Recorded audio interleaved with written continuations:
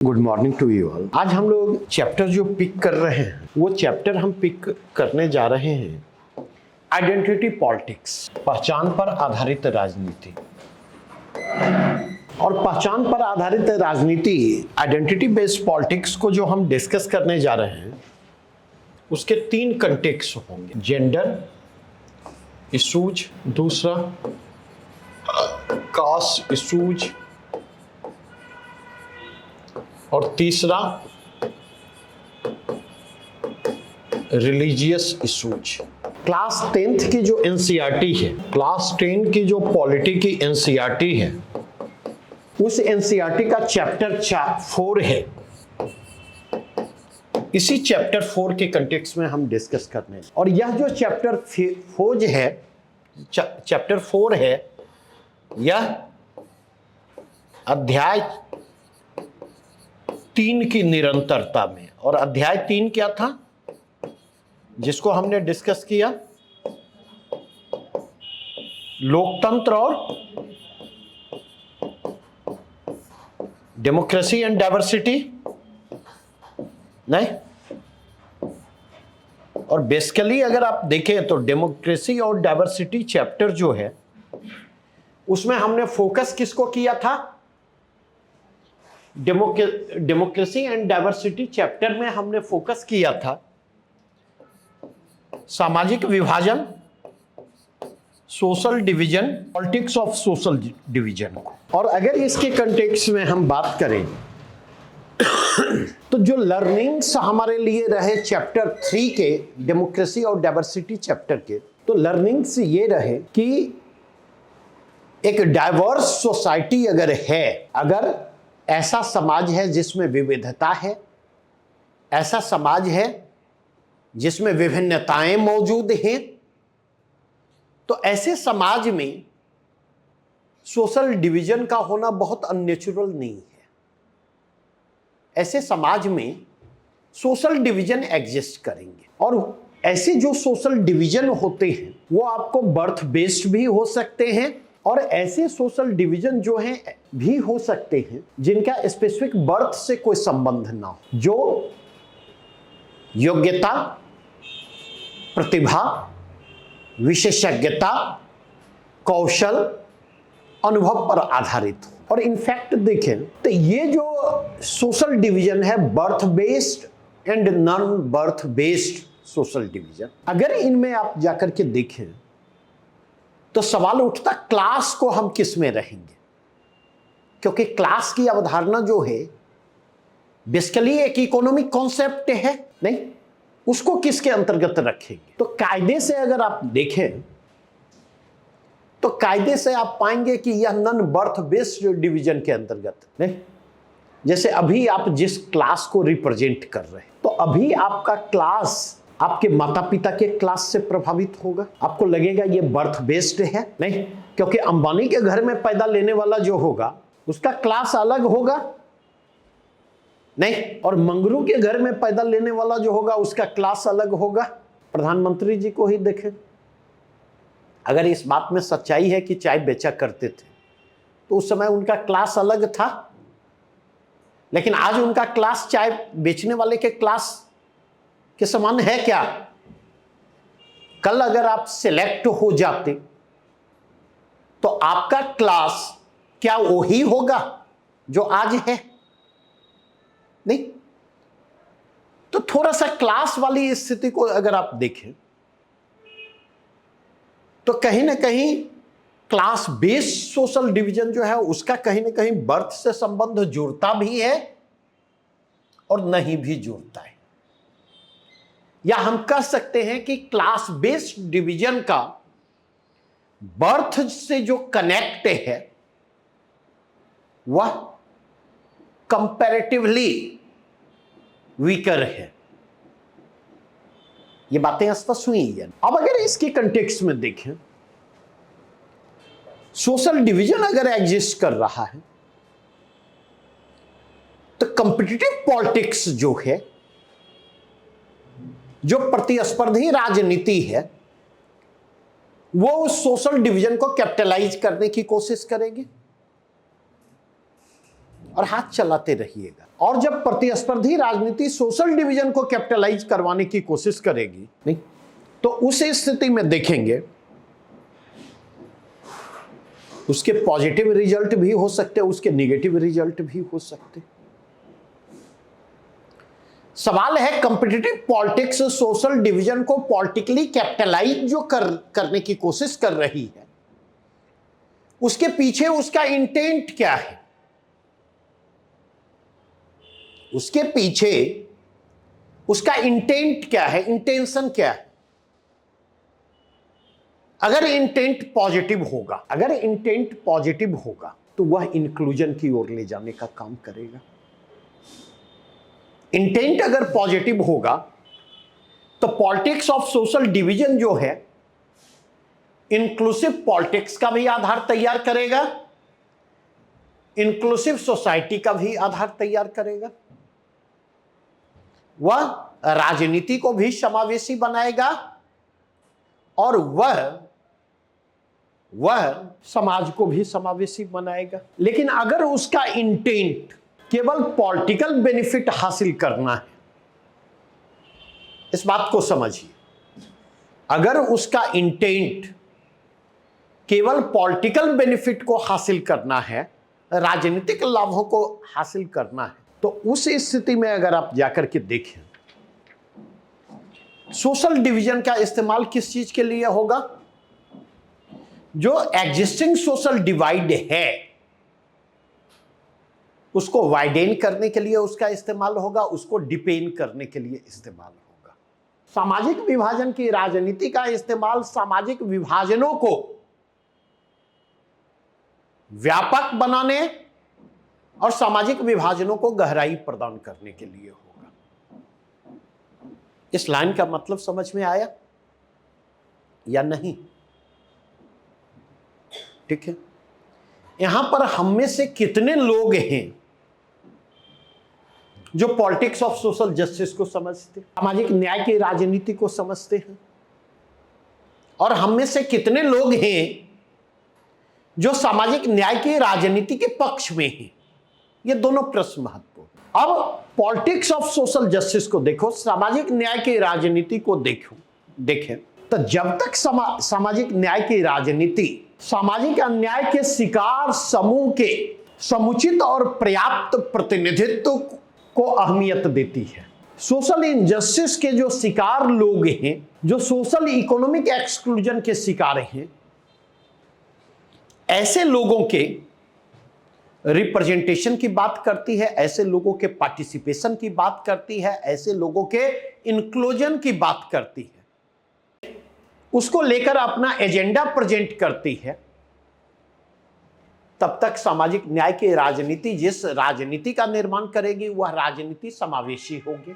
तब तक वह राजनीति जिस समाज का निर्माण करेगी वह समाज समावेशी होगा, क्योंकि सामाजिक न्याय की उस राजनीति के सहारे जो मार्जिनलाइज सेक्शन है, सोशली मार्जिनलाइज सेक्शन है, सामाजिक रूप से हाशिए पर जो समूह है, उसकी पॉलिटिकल मेन स्ट्रीमिंग होगी, अर्थात वह राजनीति की मुख्य धारा में शामिल होगा। समूह राजनीति में उसे उचित और पर्याप्त प्रतिनिधित्व मिलना संभव हो पाएगा, उसकी सोशल मेन स्ट्रीमिंग होगी, वह समूह समाज की मुख्य धारा से जुड़ेगा, समाज की मुख्य धारा में वह अपनी उपस्थिति महसूस करेगा और अपनी उपस्थिति महसूस करवाने की कोशिश करेगा। नंबर 3, उसकी इकोनॉमिक मेन स्ट्रीमिंग होगी, आर्थिक विकास की मुख्य धारा में वह शामिल होगा, और जब वह आर्थिक विकास की मुख्य धारा में शामिल होगा तो ग्रोथ एंड डेवलपमेंट के प्रोसेस में उसकी समुचित एवं पर्याप्त भागीदारी होगी। नहीं, और जब इकोनॉमिक ग्रोथ एंड डेवलपमेंट के प्रोसेस में उसको एप्रोप्रिएट रिप्रेजेंटेशन मिलेगा, एप्रोप्रिएट पार्टिसिपेशन उसका होगा, तो ऐसी स्थिति में क्या होगा, इकोनॉमिक ग्रोथ एंड डेवलपमेंट के बेनिफिट जो हैं उस तक पहुंचेंगे। और जब इकोनॉमिक ग्रोथ और डेवलपमेंट के बेनिफिट उस तक पहुंचेंगे तब मार्जिनलाइज सेक्शन का, मार्जिनलाइज ग्रुप के लाइफ में ट्रांसफॉर्मेशन आप देख सकेंगे, ट्रांसफॉर्मेशन महसूस कर सकेंगे। अगेन अगर आप जाकर के देखें, उसकी कल्चरल मेन स्ट्रीमिंग भी होगी, संस्कृति के मुख्य धारा में वह शामिल हो सकेगा। और अगर इस कंटेक्स्ट में देखें, ये तमाम चीजें क्या करेंगी, उसके ग्रोथ पोटेंशियल को क्या करेंगी, उसके भीतर उसमें जो अंतर्निहित समृद्धि एवं विकास की संभावनाएं, तो ये तमाम चीजें उसके ग्रोथ पोटेंशियल को मैक्सिमाइज भी करेगी और उसके ग्रोथ पोटेंशियल को मैक्सिमाइज करने के साथ साथ उसके ग्रोथ पोटेंशियल के रियलाइजेशन को इंश्योर भी करेगी। यहां तक बातें स्पष्ट हुई या नहीं? लेकिन एक कहावत सुनी होगी, काम बिगाड़े तीन अगर मगर लेकिन नहीं। अगर पिछले 3 दशकों के दौरान देखें, अब तक करीब करीब 3.5 दशक की बात करूंगा, पिछले 3.5 दशकों के दौरान पॉलिटिक्स ऑफ सोशल जस्टिस जो है, क्या सोशल जस्टिस के पॉजिटिव एजेंडे तक सीमित रहा है? क्या सामाजिक न्याय की जो राजनीति है वह सामाजिक न्याय के सकारात्मक एजेंडे तक सीमित रही है, या सामाजिक न्याय की राजनीति ने पॉलिटिक्स ऑफ हैट्रेड को भी प्रमोट किया है? बातें मेरी समझ रहे या नहीं? क्या सामाजिक न्याय की राजनीति ने पॉजिटिव सोशल जस्टिस के पॉजिटिव एजेंडे को ही प्रमोट किया है, या उसने पॉलिटिक्स ऑफ हैट्रेड को भी प्रमोट का आधार तैयार किया? एक दौर था जिस दौर में मायावती जी का नाम सुना है ना? नहीं, मायावती जी का एक स्लोगन हुआ करता था, तिलक तराजू और तलवार, इनको मारो जूते चार। तिलक तराजू और तलवार, इनको मारो जूते चार। जिसमें तिलक किसको रिप्रेजेंट करता है? ब्राह्मण कम्युनिटी को सिंबॉलिकली रिप्रेजेंट करता है। तराजू किसको रिप्रेजेंट करता है? वैश्य कम्युनिटी को सिंबॉलिकली रिप्रेजेंट करता है।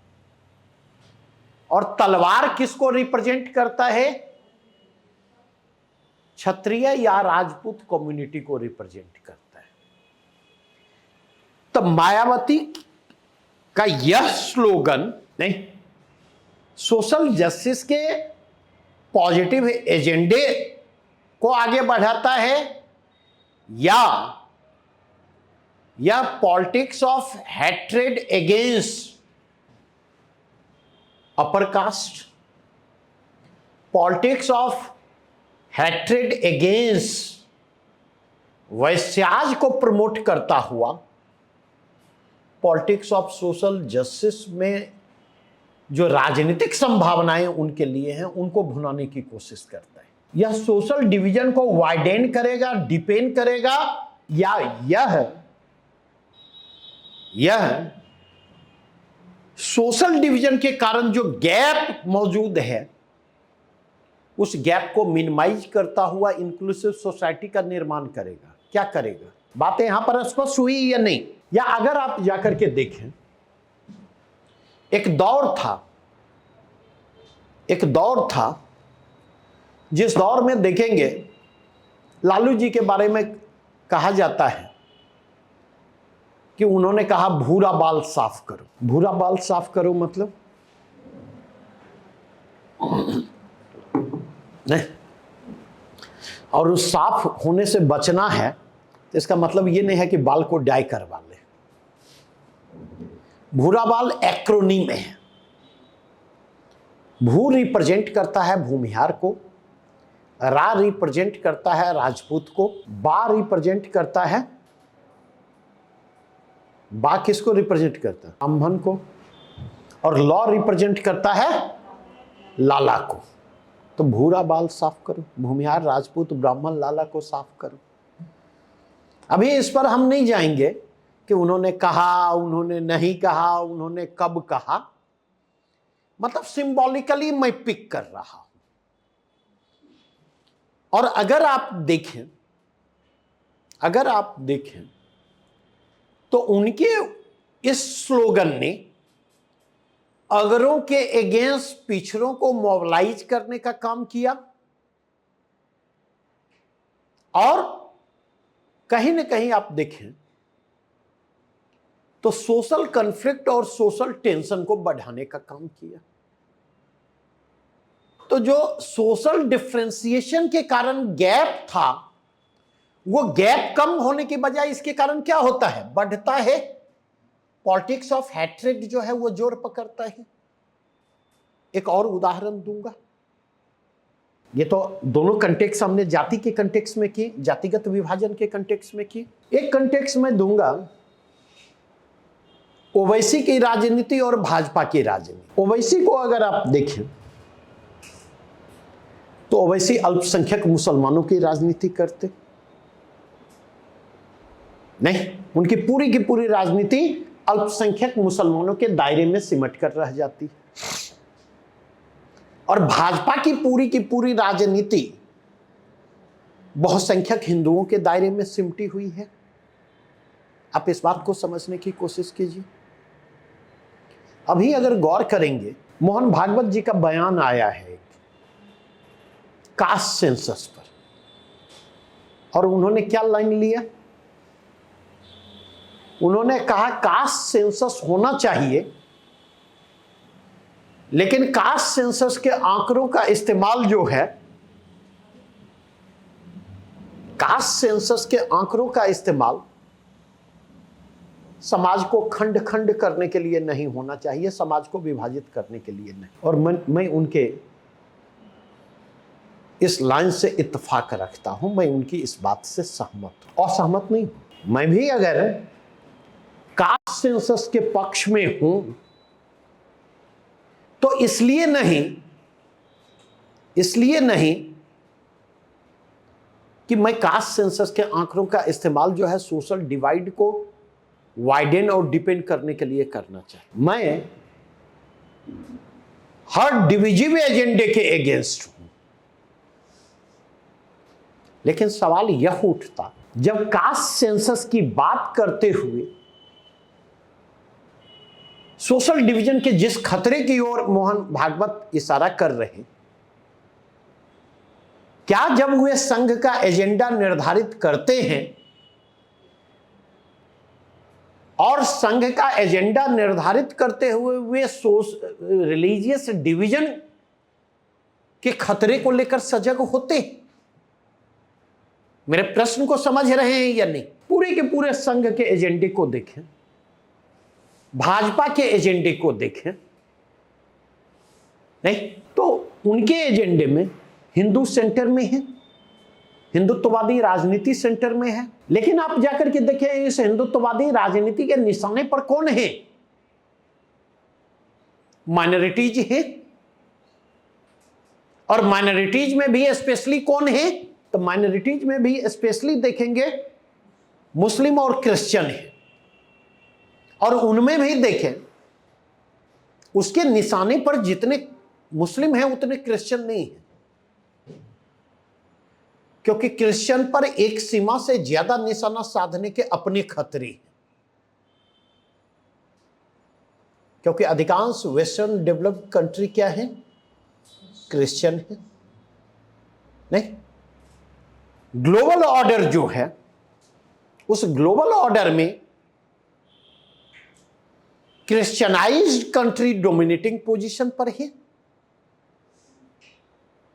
तो अगर मुसलमानों की तरह हम उनको निशाने पर लेते, अदर भी कारण है, तो उनको निशाने पर लिया जाना कई प्रकार की मुश्किलों को जन्म देगा, डिप्लोमेटिक कॉम्प्लेक्सिटीज बढ़ेगी, कई डिप्लोमेटिक चैलेंजेस बढ़ेंगे। और मुसलमानों को निशाने पर लेना आसान है, उसकी एक हिस्टोरिकल लीगेसी भी है,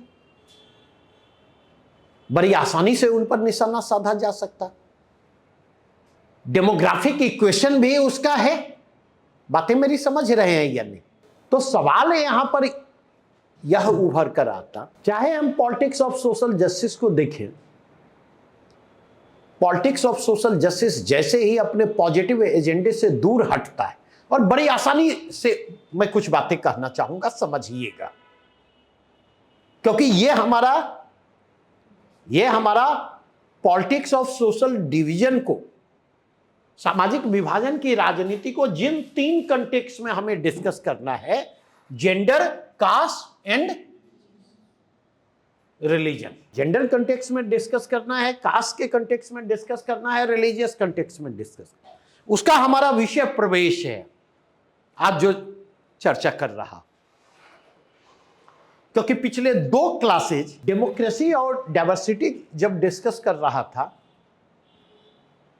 ठीक है, तो पिछले 2 क्लासेज को गौर अगर करेंगे तो चीजें सब कुछ हमने डिस्कस की, लेकिन डायमेंशन को खोलने के क्रम में चीजें बिखरी।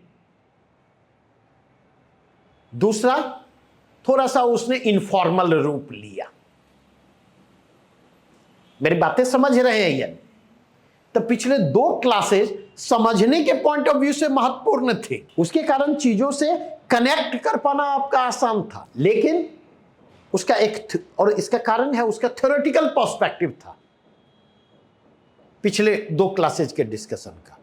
तो प्रैक्टिकल एग्जांपल के जरिए चीजों को हमने रखने की कोशिश की। अब इस चैप्टर में उसी थ्योरी को जो है प्रैक्टिकल कंटेक्स्ट से लिंक करके प्रस्तुत किया जा रहा है, प्रस्तुत किया जाएगा। तो एक प्रकार से उसको हम समेटने की कोशिश कर रहे हैं। तो अगर हम जाकर के देखें तो चाहे हिंदुत्ववादी पॉलिटिक्स हो, चाहे पॉलिटिक्स ऑफ सोशल जस्टिस हो, लालू जी ने पिछड़ों की राजनीति की नहीं। लालू जी और मुलायम सिंह यादव के बारे में कहा जाता है कि वो माय की बात करते, माय समीकरण की बात करते, मुस्लिम और यादव समीकरण की बात करते, और दोनों को जोड़ देंगे तो दोनों मिलकर के करीब करीब 30% ऑफ पॉपुलेशन को रिप्रेजेंट करेगा, 30% ऑफ वोटर को रिप्रेजेंट करेगा। बातें समझ? 15 साल तक शासन में रहे, 15 साल के शासन में सबकी बात छोड़ दें, उनके पॉलिटिक्स ऑफ सोशल जस्टिस का कितना लाभ यादवों को मिला, कितना लाभ मुसलमानों को मिला, यह प्रश्न पूछा जाना चाहिए या नहीं? बतलाइए, यह प्रश्न पूछा जाना चाहिए ना? इस प्रश्न का उत्तर कौन देगा? और इस प्रश्न का उत्तर जब हम चाहते हैं तो हम केवल पॉलिटिकल और इंक्लूजन तक सीमित नहीं रहना चाहते, हम केवल सोशल इंक्लूजन तक सीमित नहीं रहना चाहते, हम इकोनॉमिक इंक्लूजन तक भी बढ़ना चाहते, हम एजुकेशनल इंक्लूजन तक भी बढ़ना चाहते। इन तमाम स्तरों पर हम देखना चाहते, इनको परखना चाहते। हमें यह भी देखना है कि जो आम यादव हैं, आम मुसलमान हैं, उनका कितना भला हुआ, उनके क्वालिटी ऑफ लाइफ में क्या कंट्रीब्यूशन रहा, हम ये देखना चाहते, हम ये जानना चाहते। चिराग पासवान के पिताजी लंबे समय से दलितों की राजनीति उन्होंने की, पिछड़ों की राजनीति की नहीं। उन दलितों और पिछड़ों की राजनीति से दलितों का कितना भला हुआ, यह हमें देखना होगा या नहीं? दलितों में भी अगर आप जाकर के देखें, उनका दायरा पासवानों तक सीमित रहा, दुसाधों तक सीमित रहा नहीं। आम दुसाधों को कितना फायदा मिला, उनके परिवार से 5-6 मतलब उनकी पार्टी से 5 से 6 सांसद होते थे, 1 या 2 को छोड़कर सारे के सारे उनके परिवार के होते थे। लालू जी के सामने जब जेल जाने की नौबत आती है तो कोई दूसरा योग्य यादव कैंडिडेट उन्हें सीएम के लिए नहीं मिलता राबड़ी देवी को छोड़कर, या अपने उत्तराधिकारी के रूप में तेजस्वी को छोड़कर कोई योग्य कैंडिडेट नहीं मिलता। यादवों के बीच ही यादवों की राजनीति करते और पूर्णिया से पप्पू यादव को हराने के लिए सारी ताकत झोंक देते हैं। मेरी बातें समझ रहे हैं या नहीं? तो इस बात को समझें, ये जो सामाजिक विभाजन की राजनीति है, इस सामाजिक विभाजन की राजनीति की सीमा को समझें। माय समीकरण की राजनीति से ना यादवों का, आम यादवों का भला हुआ, ना आम मुसलमानों का भला हुआ। उनकी स्थिति जस की तस बनी रही। दलितों की जो राजनीति रामविलास पासवान ने की, या आज चिराग पासवान जी कर रहे हैं, इससे दलितों का भला नहीं हुआ। इससे दलितों का भला नहीं हुआ। इससे भला किसका हुआ?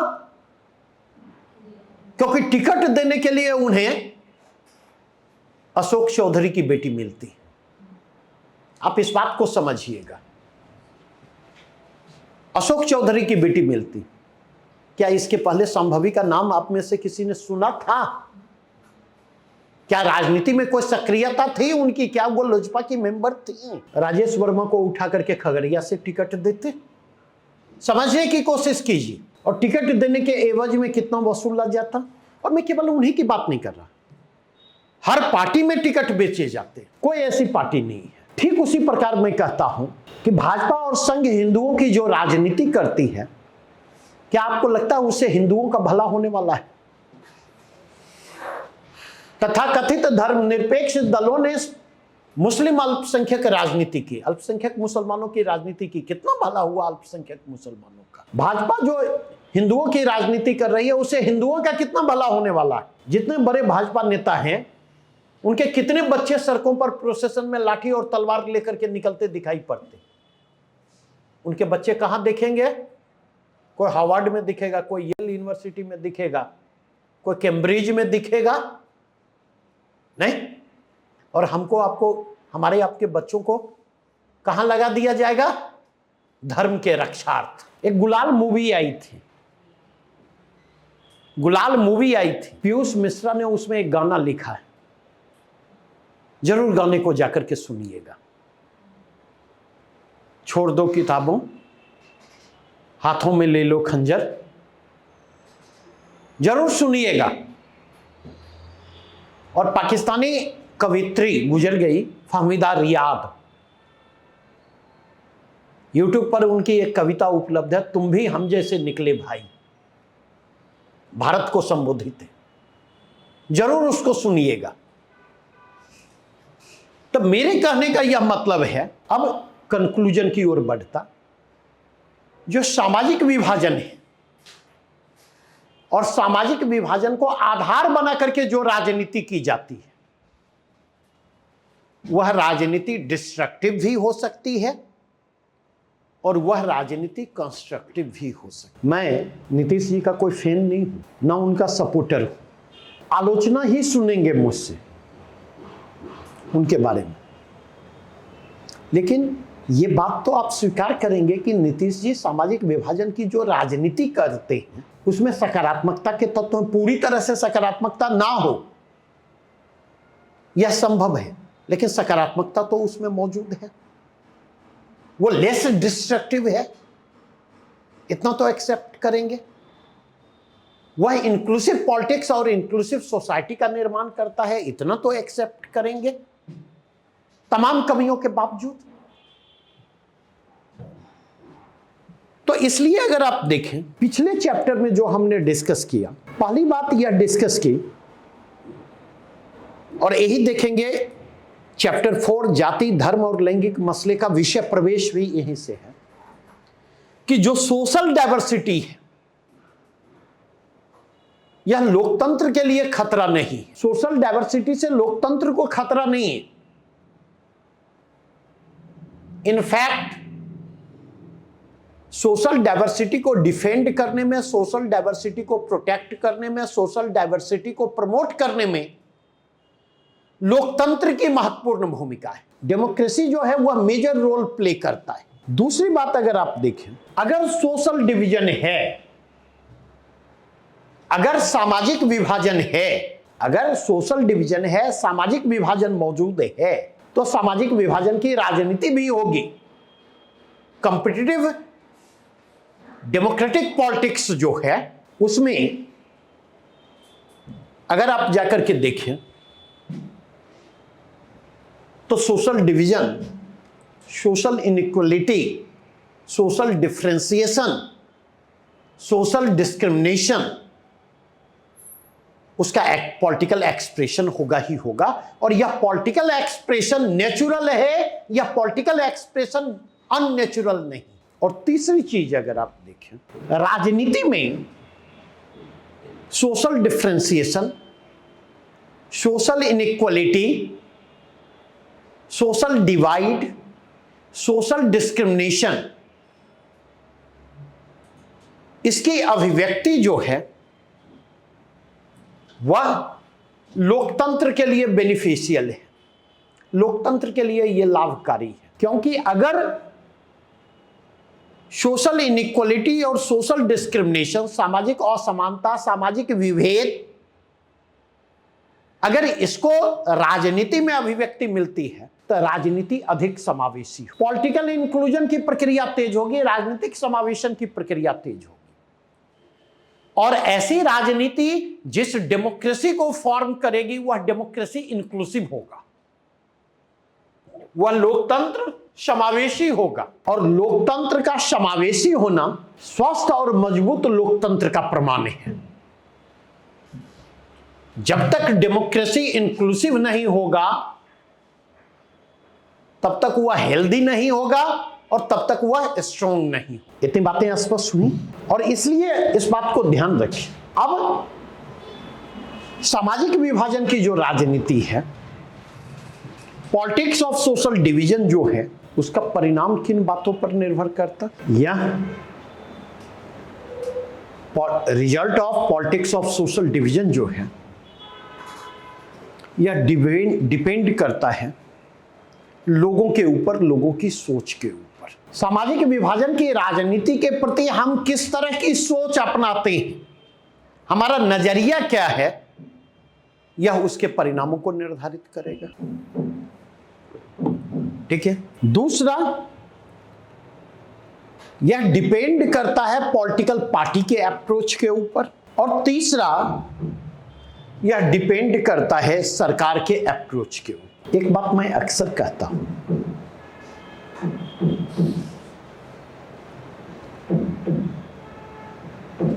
हेल्दी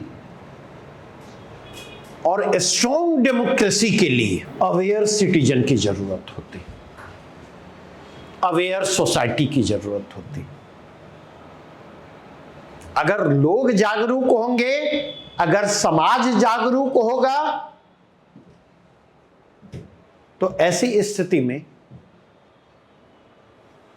स्वस्थ लोकतंत्र का विकास संभव होगा।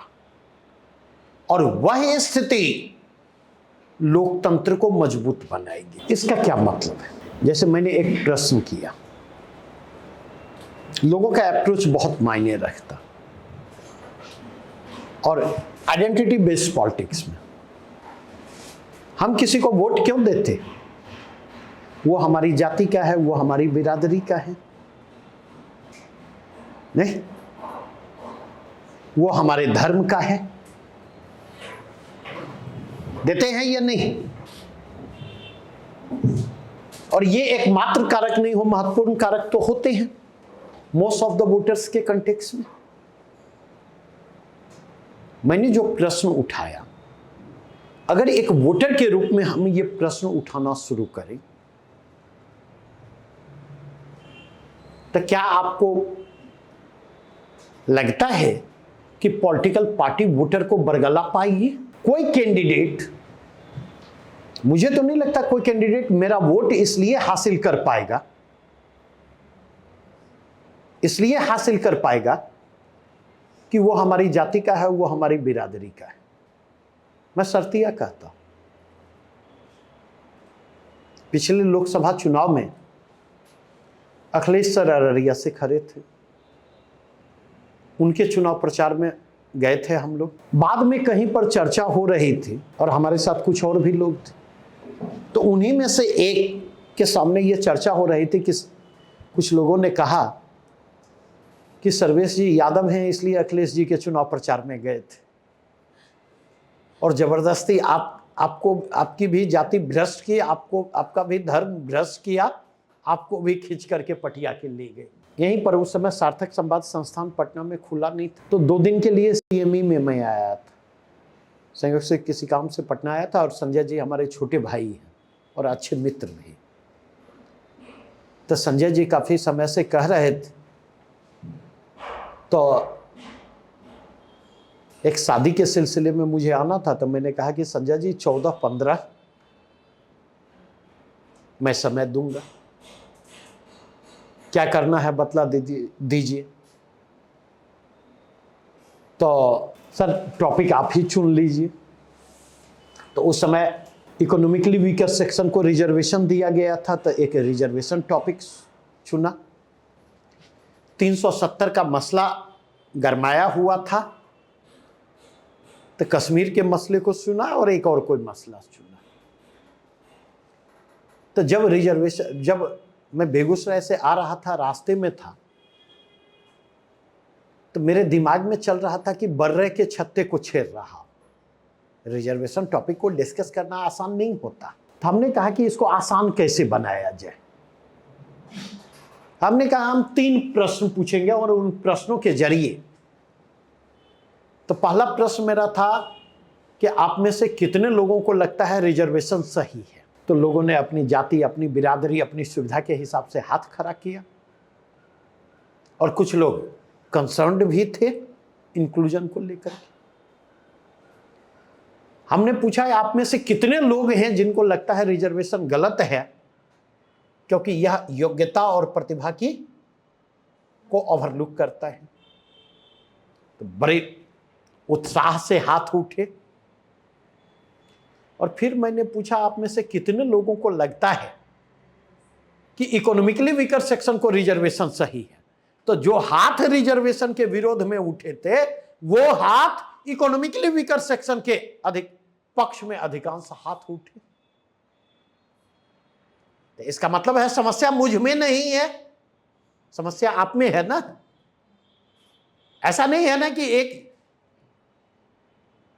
एक जगह रिजर्वेशन सही हो जाएगा, आप उसके अगेंस्ट होंगे, बेसिक कॉन्सेप्ट के अगेंस्ट होंगे, दूसरे जगह पक्ष में होंगे और आप उसको जस्टिफाई करने की स्थिति में नहीं होंगे। मेरी बातें समझ रहे? तो अब अगर हम जाकर के देखें तो जब चर्चा शुरू की तो कुछ बच्चों की भावनाएं आहत हुई, जैसे आजकल फिर भावनाएं आहत हो रही हैं। नेटफ्लिक्स पर कंधार विमान अपहरण कांड पर आधारित एक वेब सीरीज अपलोड हुआ है और उसमें देखेंगे भोला और शंकर जो है, और वो आप देखेंगे इन्वेस्टिगेटिव एजेंसी के डॉक्यूमेंट में भोला और शंकर मौजूद है। लेकिन कुछ लोगों की भावनाएं आहत हो गई कि यह हिंदू धर्म, सनातन धर्म को बदनाम करने की साजिश है। हमारी भावनाएं इसके कारण आहत हो रही हैं। मेरी बातें समझ रहे? तो कई लोगों की भावनाएं आहत हुई तो बेचारे बीच में निकल गए। ठीक है, हमारे लिए बहुत अनकॉमन ये नहीं है। काफी बाद उसी में एक बच्चे थे, तब तक हम लोग आ चुके थे, इंटरव्यू प्रोग्राम हम लोग चला रहे थे। तो वहीं पर एक बच्ची थी जो हमारे यहाँ आई हुई थी, पूजा। उसके वीडियो उपलब्ध हैं यूट्यूब पर। तो पूजा डिप्टी एसपी बनी। तो डिप्टी एसपी बनी तो आई हुई थी मिलने के लिए मिठाई लेकर के। तो पूजा ने अपना एक्सपीरियंस उसके बाद क्या हुआ ये शेयर किया। कुछ बच्चे जो बाहर निकले वो आपस में इस बात को डिस्कस कर रहे थे कि मैं या तो पिछड़ा हूं या दलित हूं। ठीक है, और इसके आधार पर रिजर्वेशन के मसले पर जो हमारे स्टैंड थे उसकी वो व्याख्या कर रहे थे। नहीं, जैसे अखिलेश सर वाला एग्जाम्पल दिया, तो अगर इतनी आसानी से आप मुझे समझ जाएंगे तब तो बेकार है ना। तो मेरे कहने का जो मतलब है, मैं आइडेंटिटी बेस्ड पॉलिटिक्स के अगेंस्ट नहीं हूं, और मेरा मानना है कॉम्पिटिटिव डेमोक्रेटिक पॉलिटिक्स में आइडेंटिटी बेस्ड पॉलिटिक्स होनी चाहिए, पहचान पर आधारित राजनीति होनी चाहिए।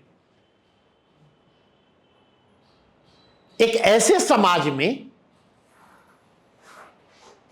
जिस समाज में सोशल डिवाइड है, जिस समाज में सोशल डिस्क्रिमिनेशन एग्जिस्ट कर रहा है, जिस समाज में सोशल इकोनॉमिक इनइक्वालिटी है,